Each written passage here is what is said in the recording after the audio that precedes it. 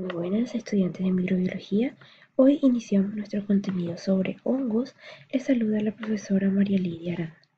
Cuando hablamos de los hongos, primeramente conoceremos a la micología, que es el área de estudio de los mismos. Estos hongos tienen una importancia biológica en los ecosistemas porque son los responsables de la descomposición de la materia orgánica, facilitando de esta manera el ciclaje de los nutrientes que contribuye a la nutrición de los vegetales y a la provisión de alimentos para los animales.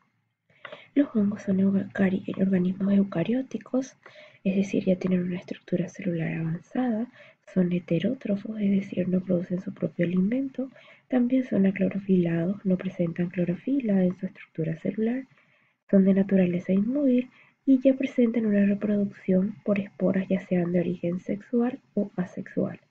Los mismos pueden ser biotrófos, que son conocidos como parásitos obligados en la ecología, o necrótrofos como parásitos facultativos. Los biótrofos son los que viven alojados y asociados con materia viva y los necrótrofos los que se encargan de la descomposición de la materia.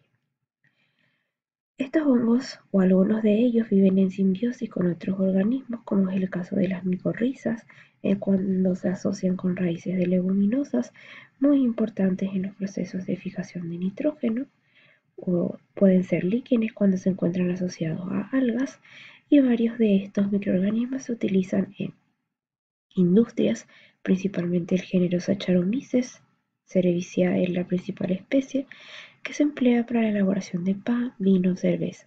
En la alimentación son conocidos el género Pleurotus y Agaricus por ser comestibles, y para el control biológico se utilizan en el control de insectos Beauveria gassiana, el Metarrhizium anisopleae y también Entomoptera. Algunos, por otro lado, no son benéficos y no son causantes de enfermedades conocidas como micosis. Entre los humanos podemos identificar al Aspergillus fumigatus, responsable de la formación de aspergilomas, Microsporum canum, responsable de la tiña del cuero cabelludo, o Candida albicans, muy abundante en los seres humanos, que pueden producir una enfermedad conocida como candidiasis. Las esporas, mecanismos de reproducción sexual de los hongos, también pueden causar alergias y algunas pueden ser venenosas, como las conocidas como aflatoxinas en alimentos como el maní, que pueden causar intoxicaciones. ¿Cuáles son las características vegetales de los hongos? Tienen dos fases estructurales, una fase conocida como vegetativa, durante la cual se da un crecimiento y una multiplicación celular, y una fase reproductiva, cuando se da origen a nuevos individuos. ¿Cuál es la estructura de la fase vegetativa? La estructura base o la primera estructura de los hongos se conoce como hifa o también talo, que son filamentos microscópicos con pared celular que están bien definidas y formadas por un compuesto químico llamado quitina. Las células presentes en las hifas pueden ser uninucleadas, binucleadas o multinucleadas. El extremo de la hifa es la región de mayor crecimiento del hongo y en ella se sintetizan las enzimas y los ácidos orgánicos que son utilizadas por el hongo como alimento. Las hifas pueden ser, como ven en estos ejemplos, no septadas, como ven en el primer gráfico, son aquellas que no presentan separaciones dentro de la estructura filamentosa. También pueden ser conocidas como continuas o cenocíticas, donde el citoplasma es continuo, no hay estas paredes transversales y los núcleos se encuentran uniformemente distribuidos dentro del filamento. O pueden ser septadas o tabicadas, como estos dos ejemplos, donde presentan paredes transversales que dividen la hifa en células. Luego de la presencia de las hifas, estas se organizan formando un conjunto que es la segunda unidad, conocida como micelio. El micelio, por ejemplo, de un hongo fitoparásito causante de un daño a un vegetal, puede ser interno o puede ser externo en relación al tejido de su hospedero. El micelio externo es cuando se forma esta estructura de hifas sobre la superficie de una hoja, un tallo o un fruto.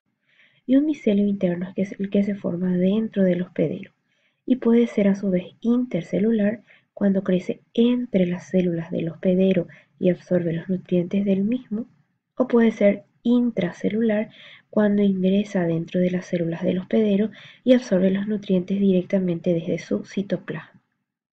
Aquí vemos ejemplos. Este sería un micelio de carácter intracelular y este sería un micelio del tipo externo, en este caso creciendo sobre el suelo. Acá vemos la estructura de una hifa. Las hifas son estas vistas de manera independiente. Todo el conjunto es un micelio. Tenemos el protoplasma, los núcleos y los septos o tabiques. El conjunto de micelios se puede agrupar en una siguiente unidad formando un tejido llamado pleténquima. El pleténquima puede ser conocido como prosénquima cuando forma un tejido flojo cuyas hifas están dispuestas paralelamente, o puede ser un pseudoesclerénquima o pseudoparénquima cuando ya forma un tejido compacto formado por hifas soldadas, es decir, pegadas unas con otras.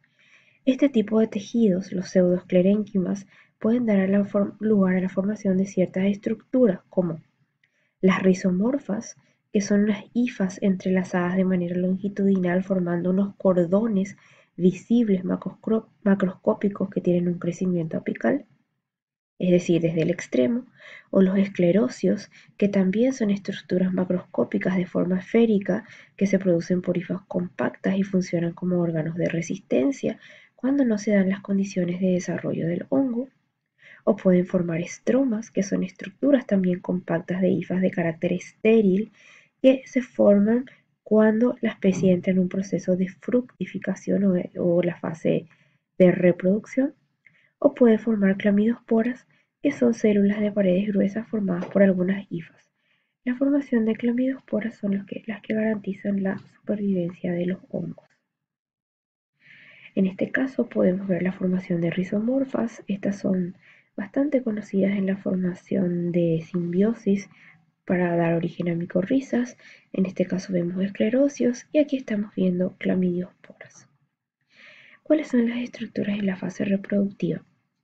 Primeramente, y la más importante, es la que se conoce como la unidad propagativa celular, que son los constituyentes de las estructuras que van a dar origen a nuevos individuos. Estas pueden ser fragmentos de hifas en reproducción asexual o pueden ser células que se producen ya en hifas especializadas. Las unidades propagativas celulares son de carácter unicelular e hialino, es decir, tienen una coloración transparente. Pueden ser uninucleados, binucleados o multinucleados. Presentan una pared pero delgada y una gruesa dependiendo de la especie. Estas unidades propagadoras celulares pueden recibir nombres como esporangios, que es una unidad asexual que se forma en hifas cenocíticas y que pueden germinar directamente originando nuevos individuos o por fragmentación. Las esporangiosporas, que son aquellas producidas por fragmento de los esporangios y que a su vez pueden ser zoosporas cuando son móviles con flagelos o aplanosporas cuando son inmóviles, o pueden recibir el nombre de conidios cuando son unidades de reproducción asexual formadas en hifas con septos o divisiones, o directamente el nombre más conocido que son las esporas, que ellas son unidades de reproducción sexual, pudiendo ser ascosporas las propias del género Ascomycota o basidiosporas las propias del grupo o género Basidiomycota.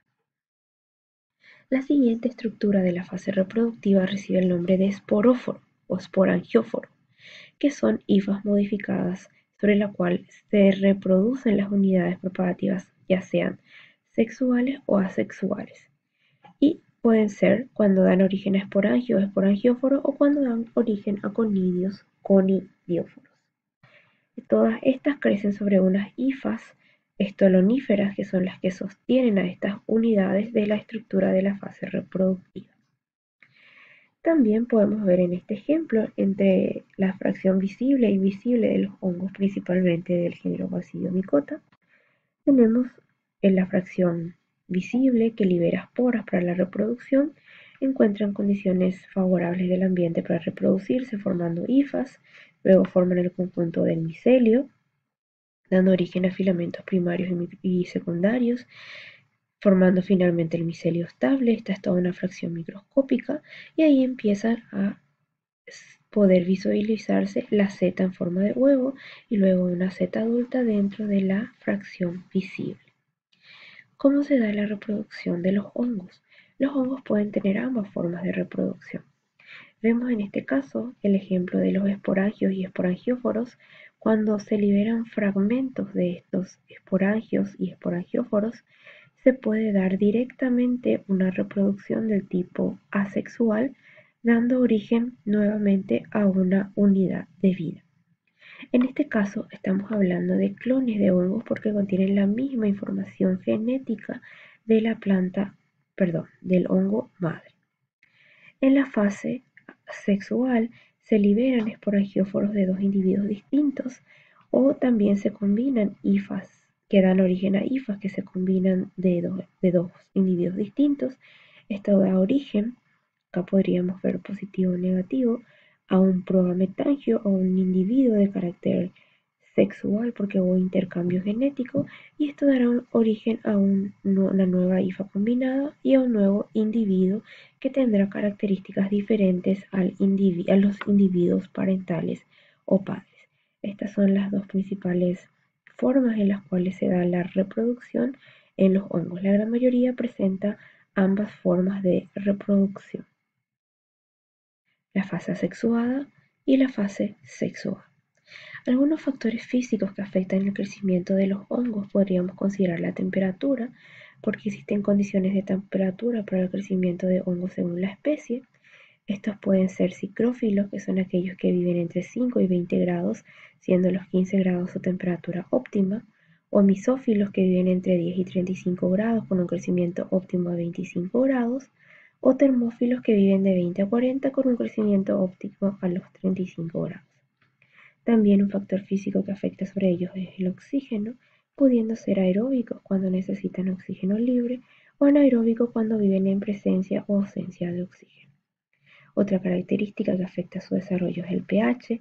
El óptimo es alrededor de 7, pero pueden desarrollarse en un rango de 4 a 9, siendo acidófilos los que aceptan un pH por debajo de 7, neutrófilos los que aceptan un pH 7 y alcalófilos un pH superior a 7.